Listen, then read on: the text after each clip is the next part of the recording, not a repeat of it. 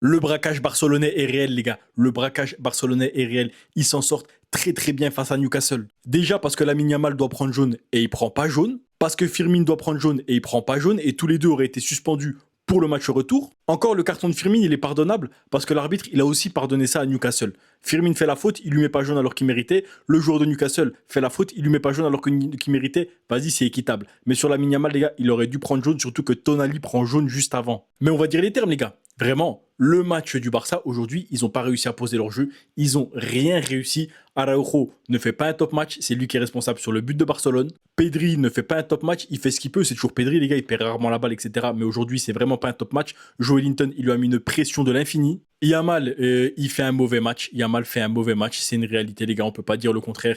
Il met le penalty à la fin, certes, mais c'est un mauvais match. Rafinha, alors là, les gars, j'ai rarement vu Rafinha aussi mauvais. Que ce soit en Ligue des Champions, en Liga, où vous voulez. Je l'ai rarement vu aussi mauvais. Ce soir, il était vraiment pas dans son match. Tout le contraire des joueurs de Newcastle, les gars, qui étaient vraiment chauds. Les joueurs de Newcastle, les gars, avec un petit peu plus de justesse, ils auraient pu marquer 2-3 buts. C'est pour ça que je dis que le Barça s'en sort bien. Parce que Newcastle n'ont pas été justes, alors que le Barça, eux, ils prennent un but, ils marquent un but, alors que eux, justement, ils n'ont pas eu d'occasion. Ils ont quasiment rien eu. En tout cas, ça promet pour le match retour, hein.